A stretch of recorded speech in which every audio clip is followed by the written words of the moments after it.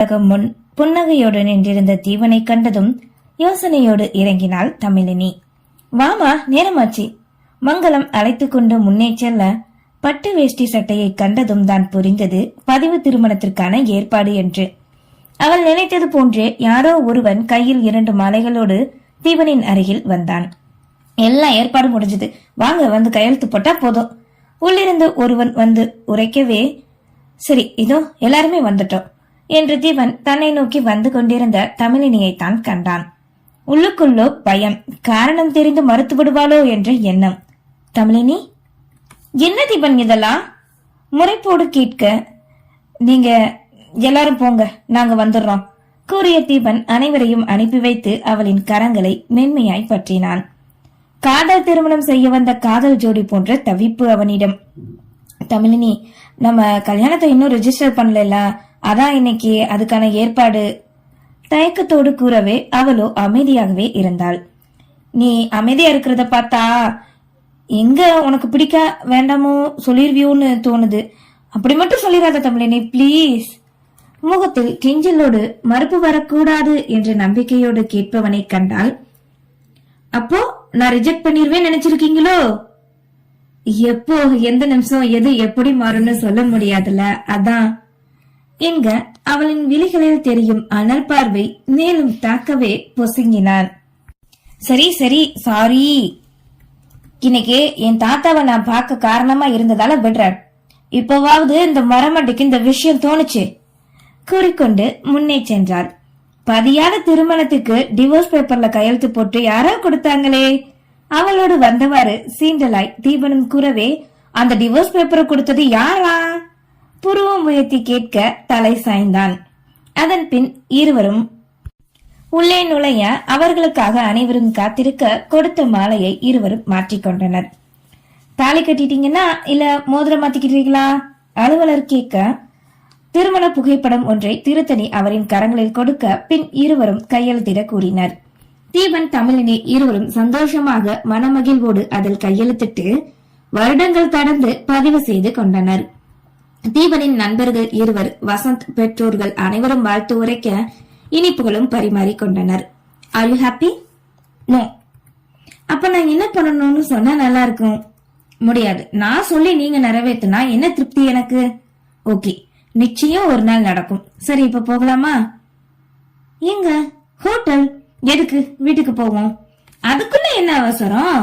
Husky வயசில் குலைவாய் கூறவே எப்போது கிடைக்கும் அதே முறைப்புதான் சுகமாய் தாக்கியது. அடுத்த சர்ப்ரைஸ் என்ன நீ தெரிஞ்சுக்க வேண்டாமா? என்னது? நீ எப்படி சொல்லாம இருக்கியோ அதே மாதிரி நானும் சொல்ல மாட்டேன் கூறியவனோ சற்று தள்ளி நின்று பேசிக் கொண்டிருந்த அன்னை தந்தை இருவரையும் அழைத்தான்.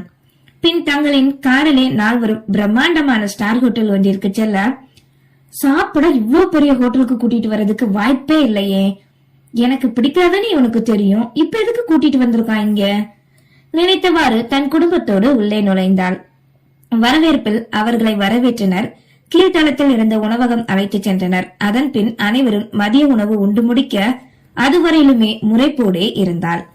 அதன் பின் அன்னையையும் தமிழினியையும் அறைக்கு அழைத்து செல்வதாக வேலை பார்க்கும் பெண்மணி உரைக்கவே, நீங்க வரலையா சந்தேகமாய் கேட்டாள் தமிழினி.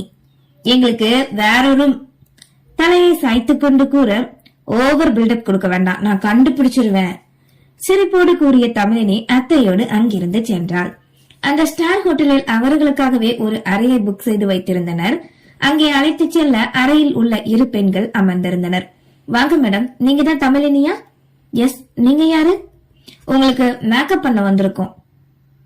ஆமா ஆமா, நாங்க தான் கூப்பிட்டோம். தமிழ் உனக்கு தாமா? என்ன அத்தா இதெல்லாம்? எதுக்கு இப்ப எனக்கு அலங்காரம்? உங்களோட ரிசப்ஷன் இருக்குல்ல மேடம், அதுக்கு தான். அலங்கரிக்க வந்த பெண்கள் கூற தன்னவனை நினைத்து உள்ளுக்குள்ளே புன்னகைத்தாள். உன்னோட சர்ப்ரைஸ் இதுதானா? தன்னவனோடு மனதில் பேசிக்கொண்டாள். அதன் பின் மங்களமுடன் இருக்க வந்த 2 பெண்கள் அவளை அமர வைத்து முதலில் மெகந்தியில் இருந்து ஆரம்பித்து ஒவ்வொன்றாக இருவரும் செய்தனர். நேரமோ கடந்து சென்று கொண்டே இருக்க 3 மணி நேரம் கடந்து மாலையை நெருங்கிய பின்னே அவளுக்கான அலங்காரம் முடிந்தது. முழுதாக கண்ணாடியில் கண்டவளுக்கோ ஆச்சரியம், தானா இது என்ற எண்ணம். ஒரு காலத்தில் பவுடர் கூட போடாம இருந்த தனக்கு இத்தனை மணி நேர அலங்காரம். மங்களத்திற்கு அழைப்பு வர, சொல்லுங்க. ஆமா ஆமா, இந்த கிளம்பியாச்சு. எப்போ? இங்கேயா? சத்தமே கேட்கல. கூறிக்கொண்டிருக்கும் போதே அறையின் ஹாலிங் பெல் ஓசை கேட்டது. யாகத்த? தேஜா புவனிதா பிள்ளைகள்லாம் வந்திருக்காங்களாமா? கூறியவாறு சென்று டோரினை திறக்க அனைவரும் நின்றிருந்தனர். சிலங்களா? அழைத்தவாறு ஒரு பேரனை தூக்கிக் கொள்ள உள்ளே வந்தனர். ஐ அத்த, ஏஞ்சல் ஆயிட்டீங்க அத்த, சூப்பர் அத்த. அவளை சூழ்ந்து கொள்ள அவளுமே தூக்க முயற்சித்தாள். ஹே தமிழ், என்ன பண்றா? அலங்காரம் எல்லாம் கலைஞ்சிரும்ல, தடுத்து கூறினாள் புவனிதா. பரவாயில்ல, என் பட்டூசை விட எனக்கு அலங்காரம் பெருசு இல்ல கூறிவிட்டு தூக்கி கொஞ்சி இருவரையும் நலம் விசாரித்தாள். சரி சரி, நேரமாச்சு, வாங்க வாங்க போகலாம், எல்லாரும் காத்துட்டு இருக்காங்கல்ல, நாங்களே உன்னை கூப்பிடத்தான் வந்தோம். தேஜா கூற அனைவரும் அறையை விட்டு கிளம்பினர். லாங் ஏஞ்சல் கவுன், அதற்கேற்றது போன்று சிகை அலங்காரம், நகை அலங்காரம், வானுலக தேவதையே தோற்று போகும் பேரழகு. ஏதோ ஒரு ஃப்ளோர் ஒன்றிற்கு அழைத்து செல்ல அந்த கதவினை திறந்ததும் நொடியில் இருட்டு புரியாது குழம்ப அவளின் மீது மட்டுமே வெளிச்சம். தமிழனுக்கு ஒன்றும் புரியவில்லை. தன் மீது மட்டும் வெளிச்சம் படவே தன்னோடு வந்த அருகில் இருந்தவர்கள் யாரும் இப்போது இல்லை. கொஞ்சம் கொஞ்சமாக அவளுக்கு முன் வண்ண விளக்குகளின் வெளிச்சம், அதில் யாரோ தன் முன்னே வந்து குரூப் டான்ஸ். அப்படியே மெல்ல மெல்ல அவள் இருந்த பட்டு கம்பளத்திலிருந்து மேடை வரை வெளிச்சம். அங்கேயே கோட் ஷூட் அணிந்து கையில் பிங்க் நிற ரோஜா பூங்குத்தோடு நின்றிருந்த தீபனை காண அதே நேரம் அவனின் பார்வையும் அவளின் மீது மட்டும்தான் இருந்தது. ஓடிய பாடலுக்கு ஏற்றவாறு குரூப் டான்ஸ் ஆடிக்கொண்டு முன்னே செல்ல அவளும் அவர்களோடு மேடையை நோக்கி சென்றாள். அருகில் வந்ததும் தீபனே வந்து அவளை அழைத்து மேடையில் மேலேற்றி நடுவில் வந்து இருவரும் நிற்க சட்டென அவளின் முன் ஒற்றை காலினை மடக்கி முட்டியிட்டு கையில் இருந்த மலர் கொத்தினை நீட்டினான். I love you sweetheart, will you accept me? விலையோடு விழிகள் கலக்க எதிர்பாராத வார்த்தைகள். மகிழ்ச்சியிலோ திகைத்துத்தான் போனாள். தீபன் திகைப்போடு கூறியவளோ நீட்டிய பூங்கொத்தினை வாங்கிக் கொள்ள சட்டென அந்த ஹால் முழுவதும் வெளிச்சம். கைத்தட்டல் சத்தமும் அவர்களின் மீது மட்டும் மலர்மலையோ தூவியது. நான் என்ன அவார்டா வாங்குறேன்? யாருப்பா அந்த கைத்தட்டல்கள் எல்லாம்? நினைத்து கொண்டு திரும்பி கீழே கண்டவளுக்கோ அதிர்ச்சிதான். அவள் நினைத்தது என்னவோ ஒரு சிலர் வரவேற்புக்கு வந்திருப்பார்கள் என்று. ஆனால் வந்ததோ பெரும் கூட்டம். அதுவும் அவள் சிறு வயதிலிருந்தே வாழ்ந்த அவளின் கிராமத்து மக்கள், பள்ளி தோழிகள், கல்லூரி தோழிகள், இப்போது பணிபுரியும் அலுவலர்கள், இன்னும் தெரியாத சிலர் என்று முழுவதுமே நிறைந்து இருந்தனர். தன் ஊர்க்காரர்களையும் பள்ளி தோழிகளையும் கண்டவளுக்கோ மகிழ்ச்சி பெருக்கு தாங்க முடியவில்லை. திரும்பி அருகில் இருந்த தீபனை காண, R you happy my dear life? என்னோட வாழ்க்கையே நீதான், நீ சந்தோஷமா இருந்தா போதும். புருவம் உயர்த்தி புன்னகையோடு கேட்டு கூறினான். எப்படி இதெல்லாம்? நான் நினைச்சு கூடி தடுமாற அவளின் கரங்களை பற்றி கொண்டான். பின் அங்கிருந்த அனைவருக்கும் தன் மனைவி தமிழினி என்று அறிமுகப்படுத்தி பல வருடங்களுக்கு முன்னே முடிந்த தங்களின் திருமணத்தையும் கூறினான். இங்க இருக்கிற பல பேருக்கு சந்தேகம் இருக்கும், எப்படா இவங்க கல்யாணம் பண்ணாங்க, சொல்லவே இல்லையே அப்படின்னு. அதனால இப்போ உங்களுக்காக எங்களோட கல்யாண வீடியோ கூற அங்கே ஒரு பெரிய திரையில் அவர்களின் திருமண வீடியோ பிளே செய்ய ஆரம்பித்தது. சொல்ல போனால் தன் திருமண வீடியோவை இருவருமே முதல் முறை அப்போதுதான் கண்டனர்.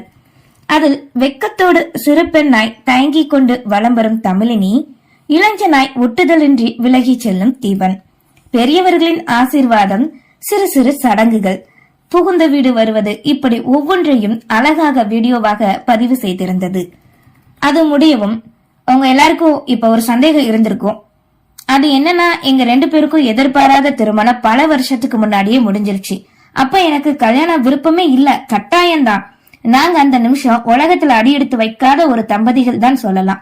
அதுக்கப்புறம் தான் நான் என் மனைவிய ரொம்பவே காயப்படுத்திட்டேன். மனைவிய மட்டும் இல்ல, என்னோட பெத்தவங்களையும் தான். சுயநலமா யோசிச்சு என் வாழ்க்கையில நான் முன்னேறணும்னு நினைச்சு எல்லாரையும் விட்டுட்டு ஃபாரின் போன ஒரு கேவலமான ஒருத்தன் தான் நான்.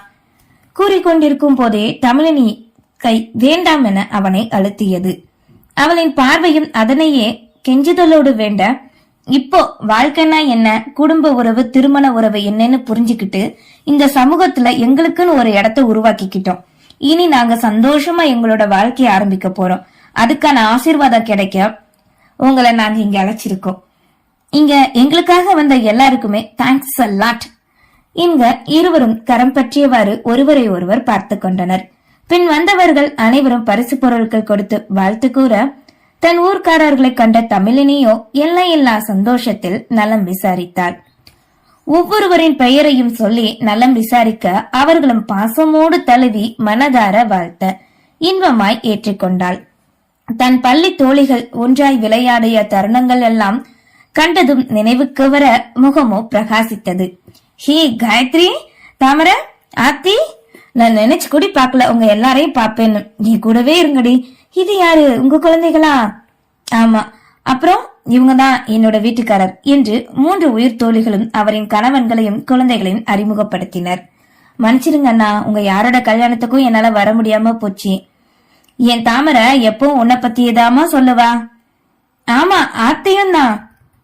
பிள்ளைகளை வளர்க்கும் போது கூட எங்க தமிழ் மாதிரியே குரங்கு சட்டை, வாழை சட்டை, அதுன்னு உன்னை பத்தியேதாமா சொல்லுவா காயத்ரி என்று தோழிகளின் 3 கணவர்களும் அவர்களின் மனைவி நட்பினை பற்றி கூறினர். பற்றிய தோழிகளின் கைகளை விடாது கண்கலங்க, ஹே தமிழ், என்ன நீ நல்ல நேரம் போய் எதுக்கு அழுகிற? தோழிகளின் ஆறுதல் கேட்டிருந்த தீபனுக்கோ வியப்பும் பொறாமையும் தான். அதன் பின் அனைவரும் போட்டோ எடுத்துக்கொள்ள தோழிகளிடம் பேச 1000த்திற்கும் மேல் வார்த்தைகள் இருந்தது. இருங்க, போயிடாதீங்க, நான் உங்க எல்லார்கிட்டையும் பேசணும். சாப்பிடுங்க, சரியா? வாங்க. தமிழினி கூற, நாங்களும் உன் கூட தான் பேசணும், இங்கதான் இருக்க போறோம், எங்கேயும் போகல என கூறிவிட்டு கீழே இறங்க மற்றவர்களும் வாழ்த்து கூற ஆரம்பித்தனர். கல்லூரி தோழியின் கிண்டல், ஒன்றாக அலுவலகத்தில் பணிபுரிபவர்களின் கேள்விகள் எல்லாம் தாங்கிக் கொள்ள முடியாது தடுமாறிய மனமும் நிறைந்து கொண்டாள். தமிழனின் மனமோ தங்களின் உறவு இன்னும் அதிகமாக வலுப்பற்றதை போன்ற உணர்வு. இருளும் சூழ்ந்துவிட மேடையில் இருந்தவாறு சில போட்டோஸ் எடுத்துக்கொள்ள வந்தவர்கள் அனைவரையும் வீட்டு பெரியவர்களும் வீட்டாரும் கவனித்துக் கொண்டிருந்தனர். வாழ்த்துக்கொள்ளோ குவிந்த வண்ணம் இருக்க ஒரு வழியாக நேரங்கள் கடக்க இருவரும் ஒன்றாக உணவருந்தினர். வாழ்த்திவிட்டு அனைவரும் சென்றிருக்க அவர்களின் ஊர் பெரியவர்கள் வந்தவர்கள் அனைவரையும் திருத்தணி பார்த்து பார்த்து கவனித்துக் கொண்டிருந்தார். இப்போது தன் பள்ளி தோழிகளோடு நீண்ட வருடங்களுக்கு பின் சந்தோஷமாக அமர்ந்திருந்தாள் தமிழினி. அவர்களின் குழந்தைகளை கொஞ்சம் விளையாடிய தோழிகளின் படிப்பு, திருமணம் முடிந்தது, இப்படி தவறிய அனைத்தையும் கேட்டுக்கொண்டாள். நட்பினை விடாது பற்றி கொள்ள கைபேசி எண்ணையும் வாங்கிக் கொண்டாள் தமிழினி. தமிழு, நாங்க யாரும் நினைச்சு கூட பாக்கல, திடீர்னு அண்ணன் வந்து எங்க எல்லாரோட வீட்டுக்கு வந்து இன்வைட் பண்ணுவாங்க அப்படின்னு. எங்களுக்கு முன்னாடியே கல்யாணம் பண்ண நீ குழந்தை குட்டிகளோட சந்தோஷமா இருப்பேன்னு நினைச்சுக்கிட்டு இருந்தோம். தீபன் அண்ணா வந்து உண்மையை சொன்னதுக்கு அப்புறம் தான் எங்களுக்கு எல்லாமே தெரிஞ்சது. இருந்தாலும் உங்க வாழ்க்கை இப்ப ஒன்னாக போதில்ல, நினைக்கும் போதே அவ்வளவு சந்தோஷம். ஒரு விதத்துல அண்ணன் உனக்கு நல்லதுதான் பண்ணிருக்காரு. அவங்க மட்டும் உன் வாழ்க்கையில வராம இருந்திருந்தா சமையல் கட்டு வீட்டுக்குள்ளேயே உன் வாழ்க்கை போயிருக்கும். ஆனா இப்போ நீ வாழ்ற விதம், படிச்சு வேலை பாக்குற எல்லாரும் மதிக்கிற ஒரு பொண்ணு. ஆமா தமிழ், காயத்ரி சொல்றது சரிதான். உன்னோட கடந்த காலம் எதுவுமே நினைக்காத, சரியா? இப்போ 2 பேரும் மனசு முழுக்க நிறைஞ்சிருக்கிறீங்கல்ல. இந்த அன்போடவே இனி உங்களோட வாழ்க்கையை யாராலையும் தோக்கடிக்க முடியாத அளவுக்கு சந்தோஷமா இருக்கணும். அது உன் கையில தான் இருக்கு. உன்னோட அத்தை, மாமா, நாத்தனார் எல்லாருக்குமே இப்ப நல்ல குணமோட இருக்காங்க. உன் கல்யாணத்தப்ப எனக்கே ஒரு பயம், என்ன இவங்க எல்லாரும் இப்படி படிச்சவங்க எல்லாம் மிதப்பா இருக்காங்களே, ஆனா இப்ப எல்லாருமே மாறிடுச்சு பாத்தீங்களா? நீ என்னடி, நான் சொல்றது சரிதானே என மற்ற தோழிகளிடமும் கூறி தமிழினிடம் கூறவே, உனக்கு ஒண்ணு தெரியுமா, நாங்க எங்க கிராமத்துல இருந்து இவ்வளவு தூரம் வராம போயிருவோமோன்னு நினைச்சு எங்களுக்கு டிராவல் அரேஞ்ச்மெண்ட் எல்லாம் பண்ணிருக்காங்க. எங்களுக்கு மட்டும் இல்ல, நம்ம ஊர்க்காரங்க எல்லாருக்குமே டிராவல் பஸ் போக வர்ற 2 தரமும். அப்புறம் எங்க 3 பேரையும் குடும்பத்தோட 2-3 நாள் உங்க கூட தங்க சொல்லிட்டு தான் இருந்திருக்காங்க. ஆனா எங்களாலதான் முடியாதுன்னு சொல்லிட்டோம். மன்னிச்சிரு தமிழ், அவங்களுக்கு வேலை இருக்கு, பிள்ளைகளுக்கு ஸ்கூல் இருக்குல்ல எங்கவே. ஹே, உங்களை பார்த்ததே எனக்கு எவ்வளவு சந்தோஷம் தெரியுமாங்கடி. ஐ நோ உங்களால இருக்க முடியாது, ஆனா என்ன இப்பதான் மொபைல் இருக்குல்ல, வீடியோ கால்ல பேசுறேன்னா எல்லார்கிட்டையும் என்றவளோ நேரம் செல்வதே தெரியாது பேசிக்கொண்டே சென்றாள். தன் தோழர்களை அனுப்பி வைத்து உள்ளே நுழைந்த தீபனின் விழிகளில் விழுந்தது. அகமும் முகமும் மலர தேவதையாய் வண்ணக்கிளியாய் கொஞ்சி பேசும் தமிழினியை ரசனையோடு கண்டான் தீபன். நன்றி.